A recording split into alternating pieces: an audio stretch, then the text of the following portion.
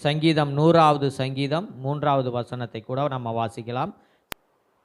கர்த்தரே தேவன் என்று அறியுங்கள், கர்த்தரே தேவன் என்று அறியுங்கள், நாம் அல்ல, நாம் அல்ல, அவரே நம்மை உண்டாக்கினார். அவரே நம்மை உண்டாக்கினார். நாம் அவர் ஜனங்களும், நாம் அவருடைய ஜனங்களும், அவர் மேய்ச்சலின் ஆடுகளுமாய் இருக்கிறோம். அவருடைய மேய்ச்சலின் ஆடுகளுமாய் இருக்கிறோம். கர்த்தருக்குள் அன்பானவர்களே, இன்றைக்கு இரட்சிக்கப்பட்டிருக்கிறோம். இயேசு கிறிஸ்துவை நாம் அறிந்திருக்கிறோம். ஆனால் தேவன் யார் என்பதை நம்மால் உணர்ந்து கொள்ள முடியாமல் இருக்கிறோம். அவர் எப்பேற்பட்ட தேவன், நம்முடைய தேவன் எப்படி வல்லமையுள்ள தேவன் என்பதை நாம் அறிந்து கொள்ளாமல் இன்று நாம் வாழ்ந்து கொண்டிருக்கிறோம். நம்ம ரட்சிக்கப்பட்டிருக்கோம், இயேசு கிறிஸ்துவை சொந்த இரட்சகராக ஏற்றுக்கொண்டு இருக்கிறோம், அவரே தேவன் என்று நம்ம ஏற்றுக்கொண்டிருக்கிறோம்.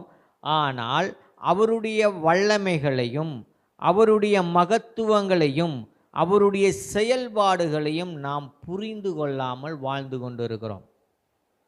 இப்போ பாருங்கள், நான் ஒரு நல்ல வசதியான வீட்டில் பிறந்திருக்கேன். எங்கள் அப்பா நல்ல அதிகாரம் உள்ளவர், ஒரு அரசாங்கத்தில் பெரிய அதிகாரத்தில் இருக்கும் ஒரு கலெக்டர்னு வச்சுக்கோங்கம்மா. நம்ம கலெக்டருடைய பிள்ளையாக இருந்தோம்னா நம்ம எப்படி இருப்போம்? எங்கள் அப்பா கலெக்டர் தெரியுமா சொல்லுவோமா சொல்ல மாட்டோமா? எங்கள் அப்பா யார் தெரியுமா? இந்த ஊர்லேயே பெரிய கலெக்டர், அவருடைய பிள்ளை நான், என்கிட்டயா வச்சுக்கிற அப்படின்னு கேட்பாங்களா இல்லையா? ஆனால் நம்முடைய தேவன் எப்படிப்பட்டவர்? சர்வ வல்லமையுள்ள தேவன்.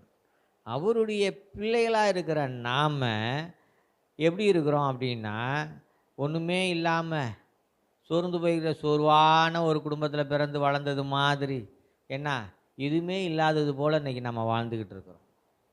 இந்த செய்தியின் மூலமாக இன்றைக்கி நம்மோடு ஆண்டவர் பேசி கொண்டு இருக்கிறார். முதலாவது என்கிட்ட இன்னைக்கு பேசி கொண்டு இருக்கிறார். தேவன் எப்படிப்பட்டவர்? தேவனுடைய மகத்துவங்களையும் வல்லமைகளையும் புரிந்து கொண்டவர்கள் அசாதாரணமான காரியங்களை செய்து கொண்டிருக்கிறார்கள். தேவன் யார் என்பதை புரிந்து கொண்டவர்கள் இந்த உலகத்தை கலக்குகிறவர்களாக இருக்கிறார்கள். ஆனால் நாம் எப்படி இருக்கிறோம்? சும்மா போகிறோம், சர்ச்சுக்கு போகிறோம், 2 வசனத்தை கேட்குறோம், 2 பாட்டை பாடுறோம், ஞாயிற்றுக்கிழமை போயிடுச்சு, வீட்டுக்கு போனோமா, ஏதோ சமைச்சோமா, சாப்பிட்டோமா, அவ்வளோதான், முடிஞ்சிச்சு. அதோடு சரி, அடுத்த வாரம் ஞாயிற்றுக்கிழமை தான் பைபிளே தேடுவோம், எங்கே இருக்குது அப்படின்னு. இதுதான் இன்றைக்கி நடந்துக்கிட்டு இருக்கு. நம்முடைய தேவனை நாம் அறிந்து கொள்ள வேண்டும், அவருடைய வல்லமைகளை நாம் புரிந்து கொள்ளும். கர்த்தரே தேவன் என்று அறியுங்கள், நாம் அல்ல, அவரே நம்மை உண்டாக்கினார். அவர் நம்மை உண்டாக்கி இருக்கிறார்னா அவர் எப்பேற்பட்ட தேவனாக இருக்கிறாரு? அவருடைய நமக்கு உண்டாகி இருக்கிறார்னா அவர் எவ்வளோ வல்லமையுள்ள தேவனாக இருப்பார்? அவரை நாம் தெய்வமாக கொண்டு இருக்கிறோம். இந்த வானத்தையும் பூமியும் உண்டாக்கினவர் நம்முடைய தகப்பனாக இருக்கிறார். அதை நாம் உள்ளத்தில் பதித்து கொள்ள வேண்டும், பதித்து கொள்ள வேண்டும். ஏதாவது ஒரு சோர்வு வந்துருச்சுன்னா, நான் யார் தெரியுமா? யாருடைய பிள்ளை தெரியுமா? நான் ஏசப்பாவுடைய பிள்ளை, அவர் எனக்காக எல்லாவற்றையும் செய்ய வல்லமை உள்ளவராக இருக்கிறார். தேவன் எப்படிப்பட்டவர் என்றை புரிந்து கொண்டவர்கள் இந்த உலகத்தை கலக்கினவர்களாக இன்றைக்கு இருந்து கொண்டிருக்கிறார்கள். வேதத்தில் அநேக கதாபாத்திரத்தில் வரும் வல்லமையான ஊழியக்காரர்கள் எல்லாம் தேவன் யார் என்பதை புரிந்து கொண்டவர்கள்தான். அவ்வளவு வல்லமையான காரியங்களை பூமியிலே நடப்பித்தார்கள். எலியா வானத்திலிருந்து அக்கினியை இறக்கினார், அவர் அறிந்து கொண்டார் தேவன் யார் என்பதை. இன்றைக்கி நாம் ஒரு ஒரு ஒரு செலவுக்கு இந்த மாதம் வாடகைனாவே ஆண்டவரை என்ன ஆண்டவரை ஜெபம் பண்ண ஒன்றும் கிடைக்க மாட்டேங்குது, ஏதாவது ஒரு காய்ச்சல் சளி பிடிச்சிட்டாவே என்ன இவ்வளோ ஜெபம் பண்ணுறேன், எனக்கு ஒன்றுமே இப்படி போய் வந்துருச்சு, நம்ம சோர்ந்து போயிடுறோம். சரிங்களா? யோசுவா பாருங்கள், யோசுவா அங்கே யுத்தம் நடந்து கொண்டு இருக்கிறது. யுத்தம் நடந்து கொண்டு இருக்கும் பொழுது யோசுவா என்ன செய்கிறார்னா, அவர் தேவனை நோக்கி பேசுகிறார். இன்றைக்கி உங்களுக்கு இருக்கிற பிரச்சனைகள் என்ன என்பதை தேவனிடத்தில் பேச வேணும். அப்போ பேசும் பொழுது யார்? யோசுவா தேவன் யார் என்பதை நன்கு அறிந்திருந்தார். அவர் எப்படிப்பட்டவர் என்பதை அவர் புரிந்து கொண்டிருந்தார். அப்ப யுத்தம் நடந்து கொண்டு இருக்கிறது. இங்கே வெற்றி கிடைக்க வாய்ப்பு அதிகமாக இருக்கிறது. அப்ப யோசுவா சொல்றாரு, இருட்டாயிடுச்சுன்னா வெற்றி பெற முடியாது. அப்ப யுத்தங்கள் நடந்து கொண்டு இருக்கிறது. அந்த வேளையிலே யோசுவா தேவனை நோக்கி விண்ணப்பம் செய்கிறார். என்ன செய்கிறாரு? யோசுவா 10:12 வாசிங்க. யோசுவா 10வது அதிகாரம் 12வது வசனத்தை நம்ம வாசிக்கலாம். கர்த்தர் எமோரியரை இஸ்ரவேல் புத்திரருக்கு முன்பாக ஒப்பு கொடுக்கிற அந்நாளிலே. அப்ப எமோரியருக்கும் இங்கே யோசுவா அந்த இஸ்ரவேல் ஜனங்களுக்கும் யுத்தம் நடந்துகிட்டு இருக்கு பாளையத்தில். அப்ப யுத்தம் நடந்து கொண்டு இருக்கும் வேளையிலே அந்த நேரத்தில் இருட்டாக போற, அது இருள் வரப்போகுது. அந்த நேரத்தில் யோசுவா தேவனை நோக்கி பேசுறாரு. என்ன பேசுறாரு? தேவன் கர்த்தரை நோக்கி பேசி பின்பு இஸ்ரவேலின் கண்களுக்கு முன்பாக, சூரியனே நீ கிபியோன் மேலும், பாருங்க, சூரியனே நீ கிதியோன் மேலும், சூரியனே நீ கிபியோன் மேலும், சந்திரனே நீ ஆயலோன் பள்ளத்தாக்கின் மேலும் தரித்து நில்லுங்கள் என்றான். பாருங்க, இப்போ கர்த்தரிடத்துல யோசுவா பேசுகிறாரு. நான் வெற்றி பெற போகிறோம், வெற்றி கிடைக்கிற போது அவங்கள எமோரியரை நாங்கள் மேற்கொள்ள போகிறோம். ஆனால் இருட்டுற மாதிரி இருக்குது. இருள் வந்துருச்சுன்னா நம்ம சண்டை செய்ய முடியாது. அதனால் என்ன சொல்கிறாரு யோசுவா? சூரியனே நீ கிபியோன் மேலும், சந்திரனே நீ ஆயலோன் மேலும் பள்ளத்தாக்கிலும் தரித்து நில்லுங்கள் அப்படின்னு சொல்கிறார். இன்றைக்கி நமக்கு அந்த மாதிரி ஒரு விசுவாசம் இருக்கா? நினச்சி கூட பார்க்க முடியாது. சூரியனை நிற்பதற்கு அதிகாரத்தை யோசுவாவுக்கு கொடுத்துருப்பார் என்றால், இயேசு கிறிஸ்துவின் காலத்தில் வாழ்ந்துக்கிட்டு இருக்கிற நமக்கு தேவன் எப்பேற்பட்ட வல்லமையை கொடுத்துருப்பார்.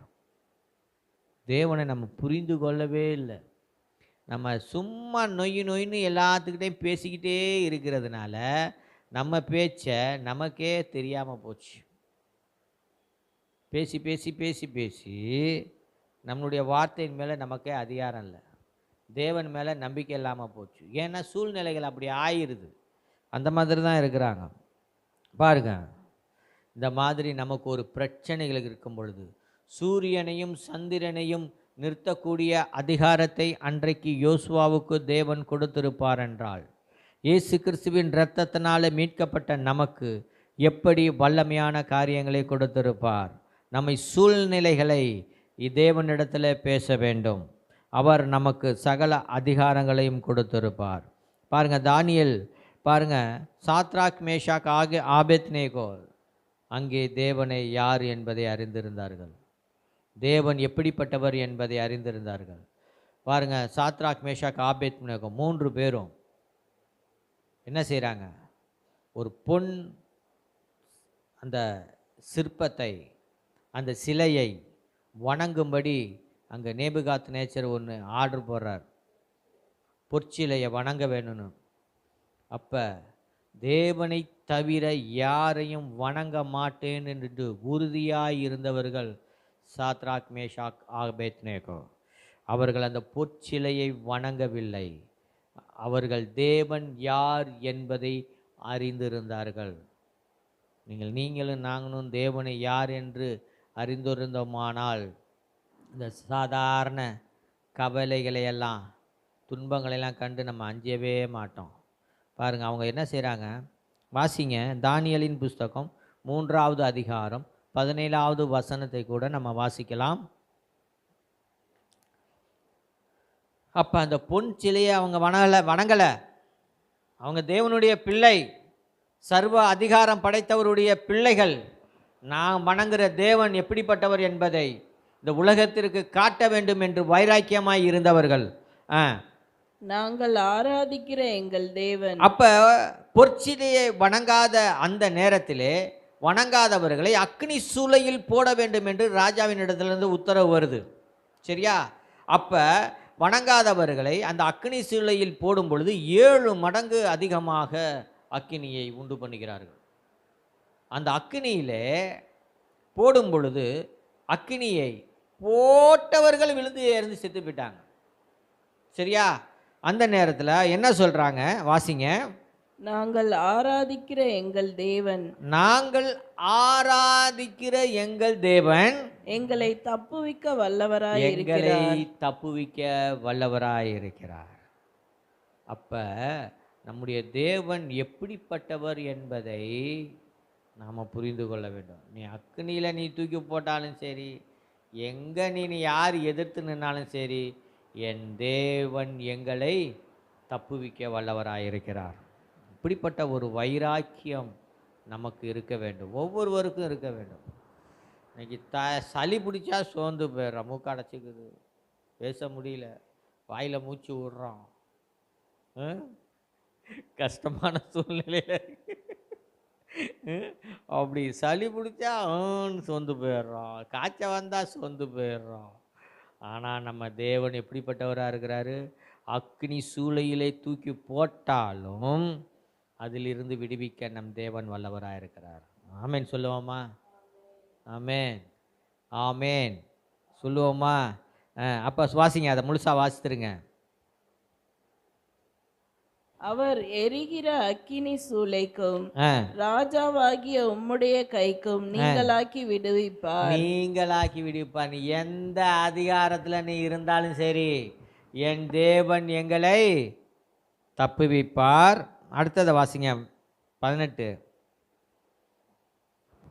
விடுவிக்காமல் போனாலும் நாங்கள் உம்முடைய தேவர்களுக்கு ஆராதனை செய்வதும் இல்லை, நீர் நிறுத்தின பொற்சிலையை பணிந்து கொள்வதும் இல்லை. உங்க தேவனுக்கு நான் ஆராதனை செய்ய போறதில்ல, பொற்சினையை வணங்கவும் மாட்டேன். இது அவருடைய வைராக்கியத்தை கொடுக்கிறது. நமக்கு தேவன் மேல் உள்ள ஒரு வைராக்கியம்தான் நம்முடைய வாழ்க்கையை மாற்றி அமைக்கக்கூடியதாக இருக்கும். வாழ்க்கையை மாற்றி அமைக்கக்கூடியதாக இருக்கும். இன்றைக்கி என்னன்னா நடக்குதுன்னா, பெரும்பாலான மக்கள் என்ன செய்கிறாங்கன்னா, கற்பனைகளின் சிந்தனையிலே கவலைப்பட்டு கொண்டு இருக்கிறாங்க. ஒரு விஷயம் நடக்காத ஒரு விஷயத்தை நடக்கிற மாதிரி கற்பனை பண்ணி அந்த சூழ்நிலையை கிரியேட் பண்ணி அதில் கவலைப்பட்டுக்கிட்டு இருக்கிறாங்க. இதுதான் நடந்துக்கிட்டு இருக்கு. இப்படி நடந்துருமோ, அப்படி நடந்துருமோ, அவங்க அதை பேசுவாங்களோ, இதை சொல்லிடுவாங்களோன்னு கற்பனை. அந்த கற்பனையில் நம்முடைய சிந்தனையிலே வாழ்ந்து கொண்டு அதை குறித்து இன்றைக்கி கவலைப்பட்டுக்கிட்டு இருக்கிறாங்க. இணை புரியாத பயம். இன்றைக்கி இப்படி தான் மக்கள் வாழ்ந்து கொண்டு இருக்கிறாங்க. இதிலிருந்து தேவன் நமக்கெல்லாம் விடுதலை கொடுக்குறார். சரிங்களா? அப்புறம் நம்முடைய தேவனை குறித்து அறிந்த ஒரு ஸ்திரீ, ஒரு பெண், அவள் யார் தெரியுமா? அவங்க தான் ராகாப். அந்த ராகாப் நம்முடைய தேவனை குறித்து அறிந்திருந்தார்கள். நம்முடைய தேவன் யார் என்பதை அறிந்திருந்தாள். இஸ்ரவேலின் தேவன் எப்படிப்பட்டவர் என்பதை அந்த ராகாப் அறிந்திருந்தாள். பாருங்க, யோசுவா ஒரு 2 வேவுகாரர்களை அங்கே அனுப்புகிறார். வேவு பார்ப்பதற்கு எங்கே அனுப்புகிறாரு? அந்த கானான் தேசத்துக்கு அனுப்புகிறார் வேவு பார்க்குறதுக்கு. யோசுவா 2 வேவுக்காரர்களை கானான் தேசத்துக்கு போய் அந்த தேசம் எப்படி இருக்குன்னு பார்த்துட்டு வாங்க அப்படின்னு சொல்லி யோசுவா அனுப்புகிறார். அப்போ 2 பேர் போகிறாங்க. 2 பேர் போய் அங்கே வேவு பார்க்குறாங்க. என்ன, 2 பேர் வேவு பார்க்க போகிறப்ப அங்கே என்ன செய்கிறாங்க? ஒரு ராகாப் என்பது ஒரு வேசியின் வீடு. அது மதில் சுவரின் மேலே இருக்கிற அந்த வீடு. அந்த வீட்டில் போய் ராகாப்பு வீட்டில் தங்குறாங்க. தங்கி அங்கே வேவு பார்க்குறாங்க. அப்போ அந்த வேசி என்ன சொல்கிறாங்க? ராகாப்பு, உங்கள் தேவனை பார்த்து எங்களுடைய ஜனங்கள் எல்லாம் பயந்து போயிருக்கிறாங்க. உங்களுடைய தேவனை பார்த்து அவங்களுடைய இருதயெல்லாம் கலங்கி கொண்டு இருக்கிறது. ஏன்னா உங்கள் தேவன் வல்லமையுள்ள தேவன். பாருங்கள், யாருக்கு தெரியுது?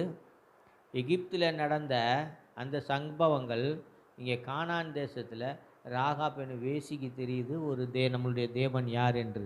அப்போ யோசுவாவின் புஸ்தகம் 2வது அதிகாரம் 10-11 வாசிங்க. அவங்க என்ன சொல்கிறாங்க அந்த ராகாப்? நீங்கள் எகிப்திலிருந்து புறப்பட்ட போது கர்த்தர் உங்களுக்கு முன்பாக சிவந்த சமுத்திரத்தின் தண்ணீரை வற்றி போக பண்ணி நீங்கள் யோர்தானுக்கு அப்புறத்தில் சங்காரம் பண்ணின எமோரியரின் 2 ராஜாக்களாகிய சீகோனுக்கும் ஓகுக்கும் செய்ததையும் கேள்விப்பட்டோம். பாருங்க, அங்க நீங்க எகிப்திலிருந்து புறப்பட்ட போது உங்க தேவன் எப்படி தெரியுங்களா செஞ்சார்? உங்களை வழி நடத்தினாரு. சிவந்த சமுத்திரத்தை என்ன வற்றி போக பண்ணாராம். சிவந்த சமுத்திரம் எவ்வளோ பெருசு இருக்கும்? கடல். அந்த கடலையே 2ஆக பிளந்து இஸ்ரவேல் மக்களை வழிநடத்தி கொண்டு வந்தார். இப்படிப்பட்ட தேவன். அது மட்டும் இல்லை, என்ன எமோரியனின் 2 ராஜாக்களாகிய சீகோனுக்கும் ஓகுக்கும் செய்ததை கேள்விப்பட்டோம். அந்த 2 ராஜாக்கள் பெரிய ராஜா, வல்லமை, அப்படியே யுத்த வீரர்கள். அவங்களெல்லாம் மேற்கொண்டு வருவதற்கு உங்கள் தேவன் உங்களுக்கு உதவி செஞ்சாங்க. என்ன கேள்விப்பட்ட போது எங்கள் இருதயம் கரைந்து போயிற்று. உங்களால் எல்லாருடைய தைரியமும் அற்று போயிருச்சு.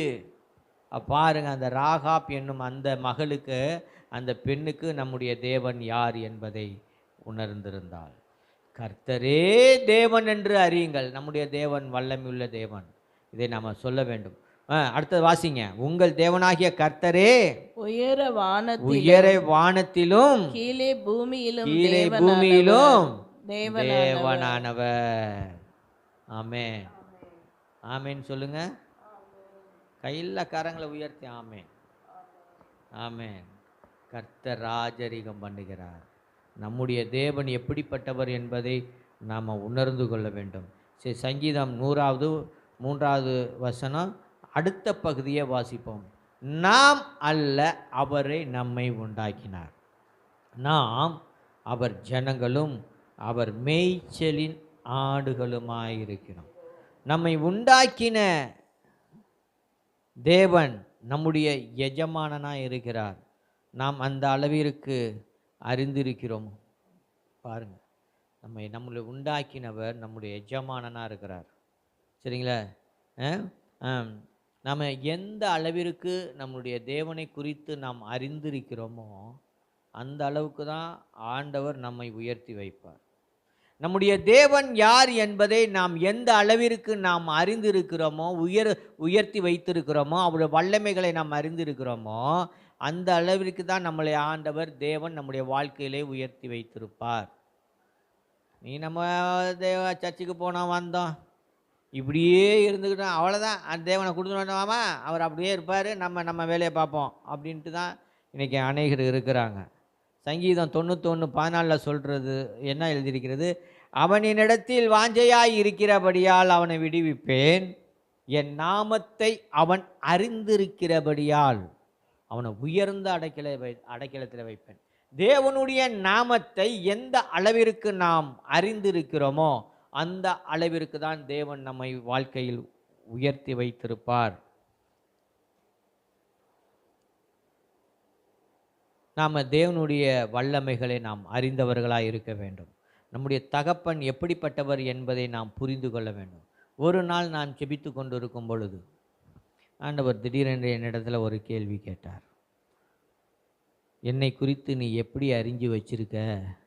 உன்னோடு பேசுகிற நான் என்னை குறித்து நீ எப்படி அறிந்திருக்க, தெரிஞ்சு வச்சிருக்க அப்படின்னு கேட்டார்.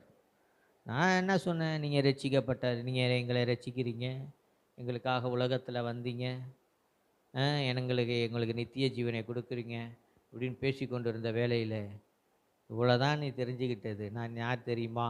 இந்த சர்வ லோகத்தையும் இந்த வானம் பூமி நட்சத்திரம் எல்லாத்தையும் உண்டாக்கினவர் தான் நான் உங்க கூட பேசிக்கிட்டு இருக்கேன். இவ்வளோ மகத்துவமான காரியங்களை படைத்த தேவன் என்னோடு பேசுகிறார் என்றால் நமக்கு எவ்வளோ ஒரு பெரிய சிலாக்கியம். இந்த மாதிரி அனுபவம் நமக்கு வேணும். இந்த காரியத்தை தான் தேவன் நமக்கு சொல்லி கொடுத்தார். நான் எல்லாத்தையும் படைத்த தேவனுப்பா, படைத்தவர் தான் நான், எல்லாம் என்னுடையது, எல்லாம் சொந்தக்காரர் தான், நான் உங்களோட பேசிக்கிட்டு இருக்கேன், என் வார்த்தையில் கொடுக்குறேன் அப்படின்னு சொல்கிறாரு. இன்றைக்கு தேவ ஜனங்கள் எப்படி வாழ்க்கை வாழ்ந்து கொண்டு இருக்கிறார்கள்? பாரம்பரியமான வாழ்க்கை. இன்றைக்கி ரட்சிக்கப்பட்டிருந்தாலும் கிறிஸ்துவை தேவன் என்று அறிந்திருந்தாலும் பாரம்பரியமான வாழ்க்கை. என்ன, ஞாயிற்றுக்கிழமானா சர்ச்சுக்கு போனோமா வந்தோமா, ஒரு ஆவிக்குரிய வாழ்க்கையிலே வளர்ச்சி இல்லாமல் இருக்கிறாங்க. 10 வருஷத்துக்கு முன்னாடி எப்படி இருந்தாங்களோ அதே போல் தான் இன்றைக்கி இருக்கிறாங்க.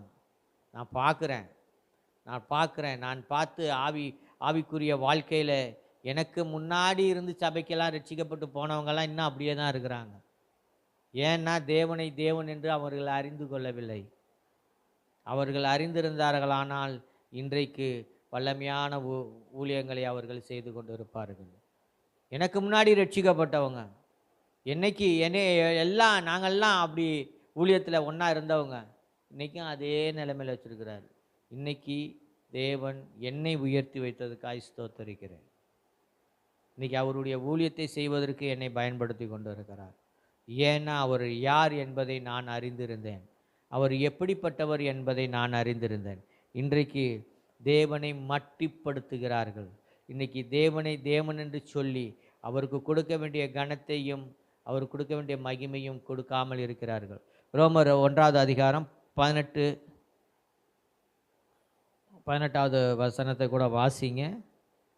18லேருந்து 21 வாசிங்க. அங்கே அழகாக பவுல் சொல்கிறார், ரட்சிக்கப்பட்ட ஜனங்களுக்கு தான் ஆண்டவர் எழுதி கொடுக்குறாரு. என்ன சொல்கிறாரு? சத்தியத்தை அநியாயத்தினாலே அடக்கி வைக்கிற மனுஷருடைய எல்லாவித அவபக்திக்கும் சத்தியத்தை அநியாயத்தினாலே அடக்கி வைக்கிற எல்லா அவபக்திக்கும் அநியாயத்துக்கும் விரோதமாய் தேவ கோபம் வானத்திலிருந்து வெளிப்படுத்தப்பட்டிருக்கிறது. வானத்திலிருந்து தேவ கோபம் வானத்திலிருந்து வெளிப்படுத்தப்பட்டு இருக்கிறதா? அப்போ சத்தியத்தை நமக்கு நல்லா தெரியும், அதை நம்ம என்ன செய்யக்கூடாது? அநியாயத்தினால அடக்கி வைக்கக்கூடாது. தேவனை குறித்து அறியப்படுவது அவர்களுக்குள்ளே வெளிப்பட்டிருக்கிறது, தேவனே அதை அவர்களுக்கு வெளிப்படுத்தி இருக்கிறார். எப்படி என்றால், காணப்படாதவைகளாகிய அவருடைய நித்திய வல்லமை,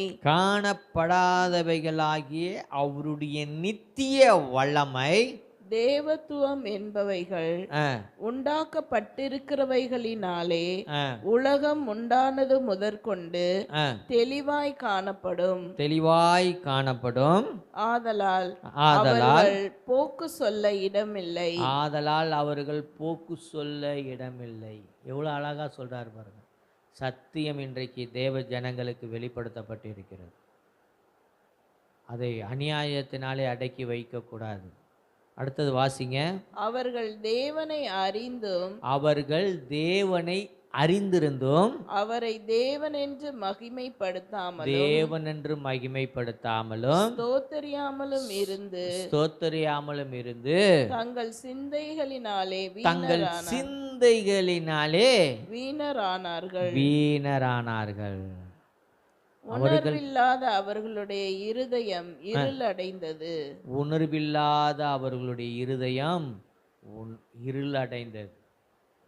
எவ்வளோ அழகா சொல்றார் பாருங்க.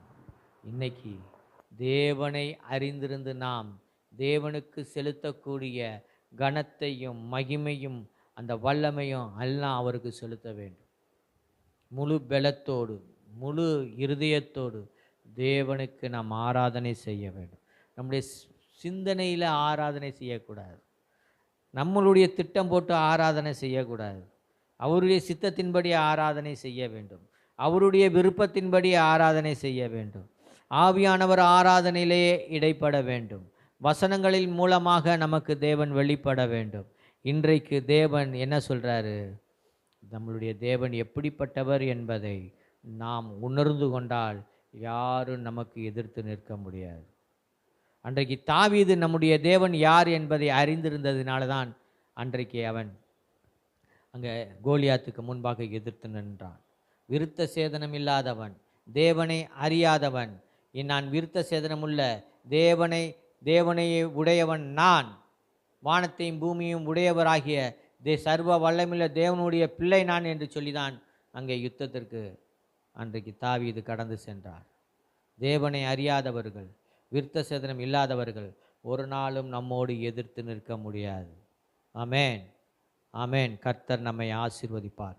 நம்முடைய தேவன் யார், எப்படிப்பட்டவர் என்பதை ஒவ்வொரு நாளும் நாம் சிந்தித்து பார்க்க வேண்டும். அவர் செய்த அற்புதங்களை நாம் சிந்தித்து பார்க்க வேண்டும். அவர் நமக்கு செய்த அற்புதங்களை நாம் நினைத்து பார்க்க வேண்டும். நமக்கு செய்த மகிமையான காரியங்களை நாம் நினைத்து பார்க்க வேண்டும். நம்முடைய தேவன் சர்வ வல்லமையுள்ள தேவன், வானத்துக்கும் பூமிக்கும் ஆண்டவராயிருக்கிற அவர் எப்படிப்பட்டவர் என்பதை நாம் உணர்ந்து செயல்பட வேண்டும்.